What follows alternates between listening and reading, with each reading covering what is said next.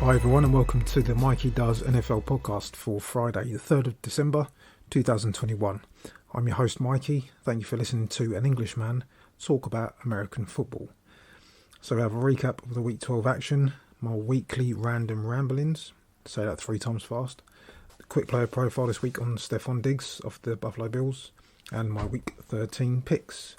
As ever, Twitter handle if you want to reach out is at Mikey Does NFL.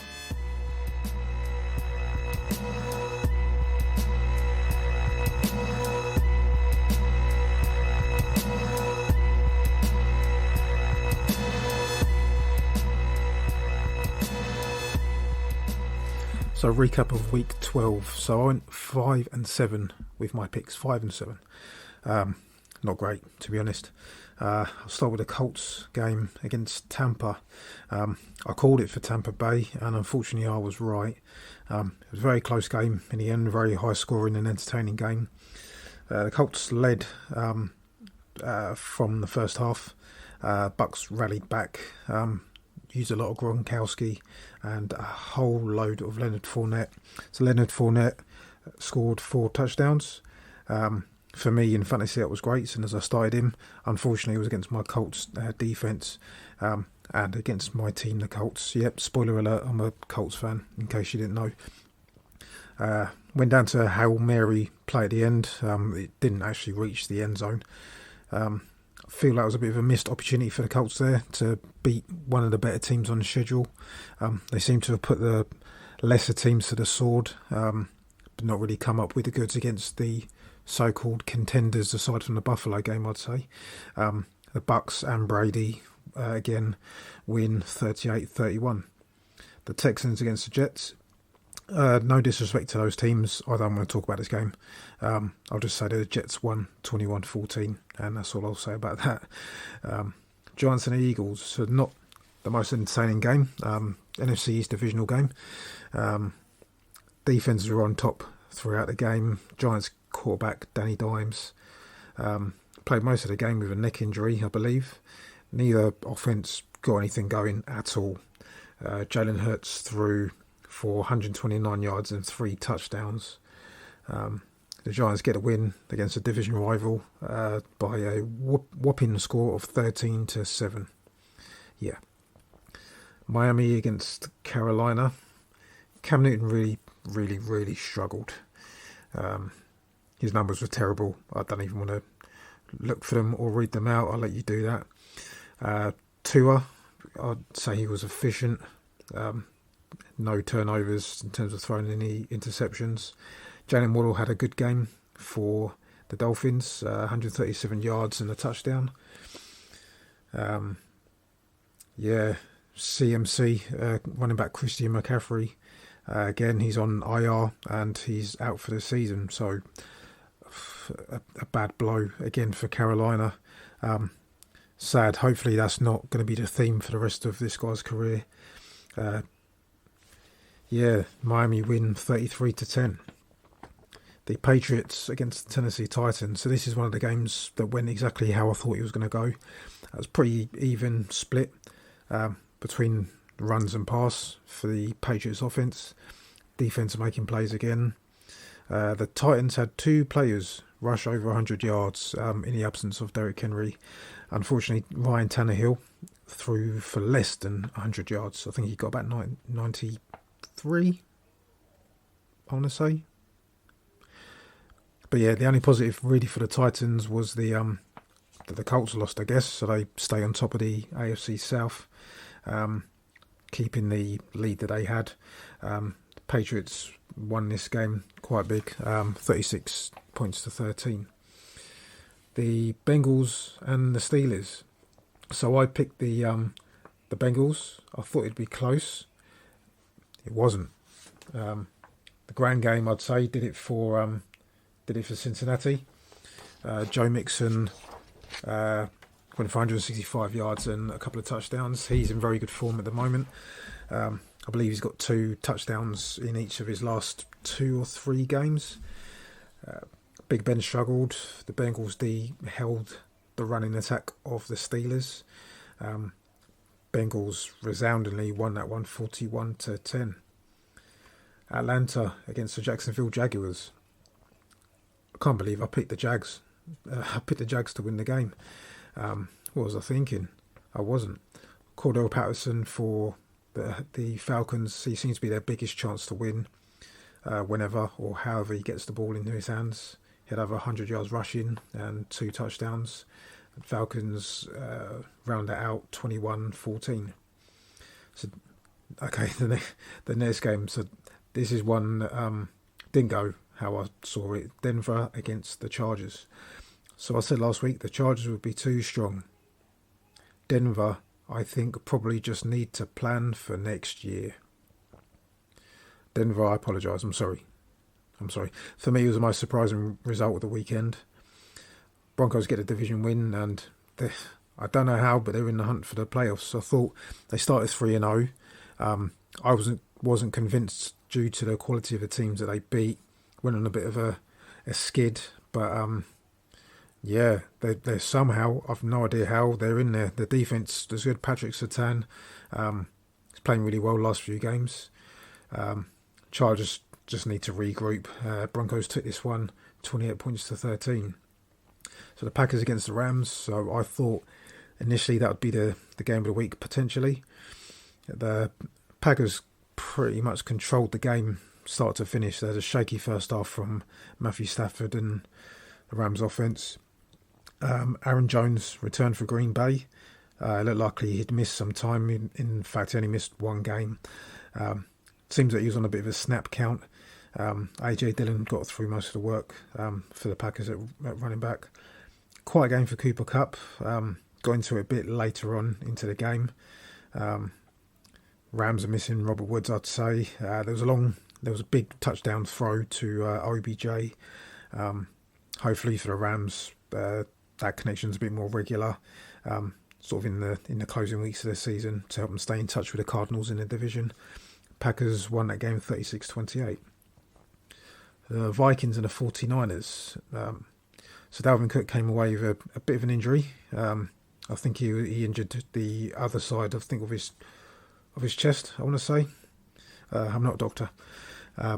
Deebo Samuel had a big game before he left the game with injury as well.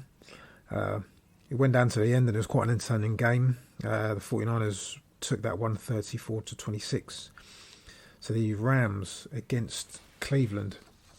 So Lamar Jackson, I said the Ravens needed Lamar Jackson back as soon as he can. So he came back and he threw 4 interceptions. And they still won. They shut down the run attack of Cleveland. I think that's their strength behind their O-line. Strange game for me. There's one point, I think it was like the Browns, they had 10 men on the field, but they called a timeout because of it. And then out of the timeout, they got flagged for having 12 men on the field. Yeah, and 4 interceptions, and somehow the Ravens won 16-10, and somehow they're the number 1 seed in the AFC. So, yeah, how's your luck? Washington and Seattle was the Monday night game. This is one of the other games that went how I thought it would go. Seattle was struggling. DK's not having a good run at the minute. Russ doesn't look like Russ at the minute since he's come back. Washington, they run the ball a lot, leaning heavily on Antonio Gibson. He had 29 carries for the game. They controlled the time of possession, really. Seahawks had the ball for less than 20 minutes. Close in the end, 17-15. Included a Seahawks returning a Washington PAT all the way to score 2 points themselves. But really, it was a bit of a poor game. Washington controlled it, like I say, as you can see with the time of possession. Seattle again just didn't look like they were in the game at all, or like they were ever going to win, much like the previous game.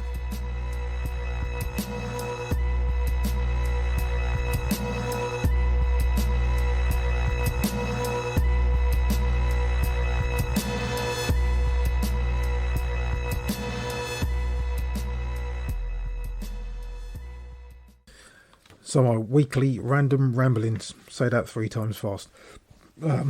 So for those that they've wanted to and they've waited for the big news of the week. Yes, I got a win in fantasy. I'm back to winning ways. At last, about time. Helped big time by the 4 touchdowns from Leonard Fournette. I'm coming for that title. I'd like to give a shout out to the fantasy gods for blessing me this week.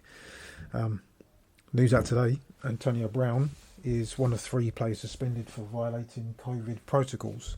The misrepresenting of the vaccine status. Be like Antonio Brown, they said, and get vaxxed, they said. Yeah. So Kyler Murray may be back this week for Arizona. Colt McCoy's done well in his absence. But a big boost for them as they try and stay top of the NFC West. They're currently 2 games up on the Rams. DeAndre Hopkins may also be back. He's been a limited participant, I think, in the Thursday practice. Would be another timely boost for their offense. But yeah, that very positive news for the Cardinals. I don't think JJ Watt's been fully ruled out for the season. I think I saw something the other day about it. Yeah, if they can get everyone back, then they're going to be very, very strong. They already are, but yeah, even more so. Also, voting for the Pro Bowl, that's underway. Pro Bowl. So I get the honour of being voted to one. The game itself, I think, is just pointless, and they could probably just get rid of it. I don't think people have cared too much. There's no tackling. Probably the last tackle we saw in there was Sean Taylor on the punter when he ran a fake on the 4th down, probably 2005 or 2006. Yeah, what do you guys think? What do you guys think about the Pro Bowl as a whole in terms of the voting and the game itself? Let me know. Hit me up on Twitter at Mikey Does NFL. Yeah, Pro Bowl. Should it stay or should it go?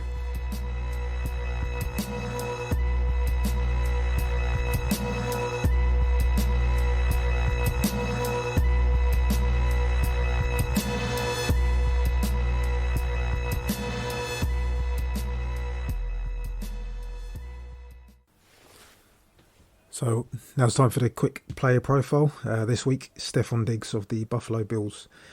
So wide receiver, he was a 5th round pick in 2015 out of Maryland by the Minnesota Vikings.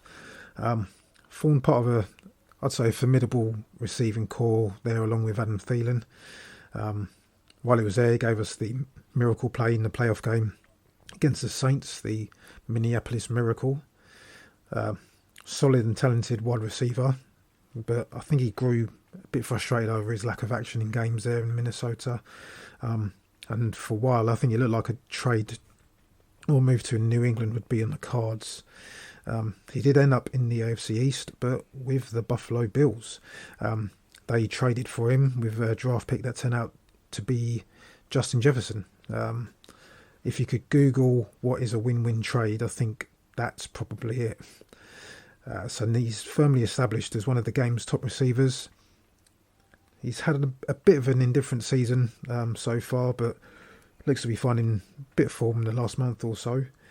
He's the brother of Dallas defensive back Trayvon Diggs, who's having a Defensive Player of the Year type season. Quarterback Josh Allen and Diggs, they seem to have quite a good chemistry, and I think they'll need it if Buffalo hope to make a deep run into the playoffs like they did last year.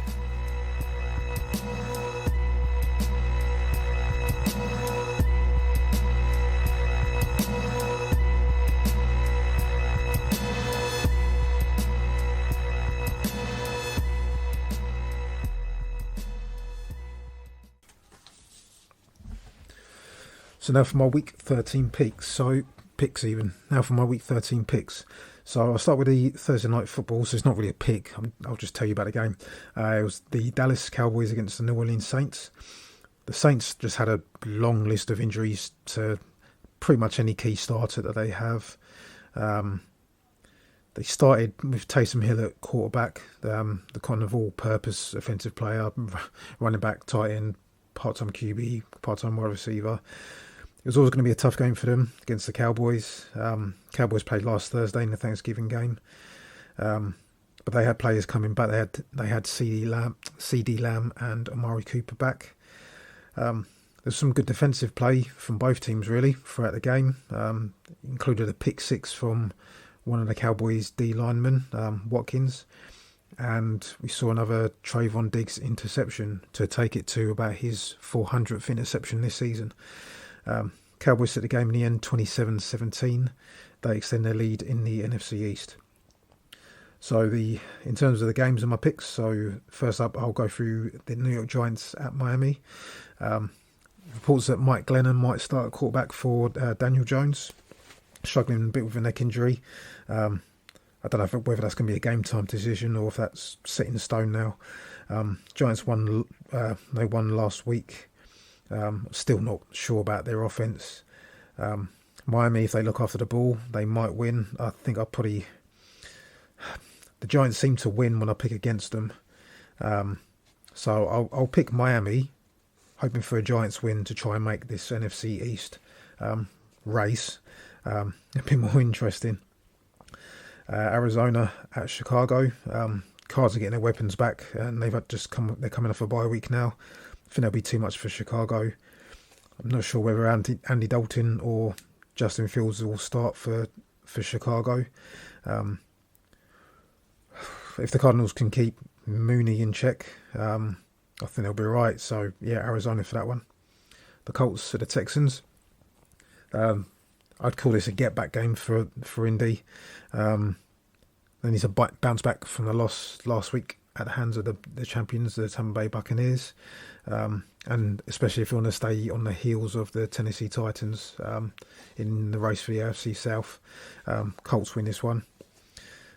Minnesota against Detroit. You've got the inconsistent Vikings against the winless Lions. I'm not picking the Lions. The Vikings may be without Dalvin Cook. Josh Reynolds might be one to watch for Detroit. But I think the Vikings win this one and Detroit stay winless. Atlanta against Tampa Bay. So the Bucks pretty much stopped Jonathan Taylor, from taking over the game last week in Indianapolis. If they do the same with Cordero Patterson for the Falcons, then I think the Bucks will win easy and they'll win big. Jets against the Eagles. I can't believe I'm going to do this and don't know why, but I'm going to pick the Jets. I don't know why. Just think this could be the upset of the week. There's upsets every week by the looks of things, so yeah, it might be this one. Although I did pick Detroit to beat the Eagles when they played, and the Eagles just absolutely hammered the Lions. So the same might happen again. So Jets fans, if that does happen, you get hammered. Sorry, don't blame me. Chargers against the Bengals. Chargers turning into a bit of a Jekyll and Hyde team. I'm picking them to bounce back in a back and forth game. I think this game might go down to whoever ends up with the ball last, whoever gets the last possession. See it being a bit of a shootout. I think the Chargers might just edge it. But I wouldn't be surprised if Cincinnati won. Washington, the football team, against the Raiders. I think this might be another low-scoring one, or just one-sided. Looks like there's no Darren Waller for the Raiders. He's the main weapon for them on the offense. They'll need to look to Hunter Renfrow and Deshaun Watson if they can get him on some deep routes or routes even. They might have a chance, but I think Gibson's workload's going to increase for Washington. He's been struggling a bit with a shin injury. I think they'll try and establish the run, and they'll try and go to Scary Terry to test out the coverage skills of the Raiders secondary. Washington win that one for me. The Jacksonville Jaguars against the LA Rams. Again, I'd say this is a get-right game for LA after they lost to the Packers last week. OBJ's been limited in practice this week. Bit of a hip injury, but I still expect the Rams to come away with this one and beat a poor Jags team. Baltimore Ravens against the Pittsburgh Steelers. Who knows? Really, who knows? I'll go for the Ravens just because I think right now I'd rather have Lamar Jackson trying to win me a game than Big Ben than Ben Roethlisberger. Ravens win this one for me. The 49ers against the Seattle Seahawks. 49ers, I'd say. Seattle, they might just continue to struggle. Unless we see, of course, the old Russell Wilson. San Francisco, I think, might just adopt the same game plan as they have, just running the ball, controlling the clock, wearing out the defences. Same kind of game script, I think. But I think they need the win as well to stay in touch with LA and LA Rams and the Cardinals in their division. So they're a game behind the Rams and 2 behind Arizona. Denver against Kansas City. So last week I wrote off the Denver Broncos. I wrote them off totally. And I'm doing so again, but just for this week, not for the entire season. KC off the bye. I think they'll win. I don't think it'll be a blowout, but because I think the Denver Broncos defense has played quite well. But I think KC will just have too much offense for them. Brings us to the Monday night game. It's the rivalry, AFC East, the Patriots against the Buffalo Bills. So I think this one should be a really good game. Not really sure how to call it. The Bills lost Tre'Davious White on defense. I think I favour the Patriots in this one. I think they'll keep a balanced attack again of running, passing. The defense, their defense is just on fire at the moment. Again, this will be a back and forth close battle, I'd say. I don't think it's going to be littered with points. But yeah, it will be a close one, and I think the Patriots will win. I don't want to say it, but I think the Patriots will win for bragging rights in the AFC East and playoff implications. So that was the Michael Does NFL podcast. Have a great weekend, everyone. Hope you enjoy the games. I'll speak to you next time. Take care.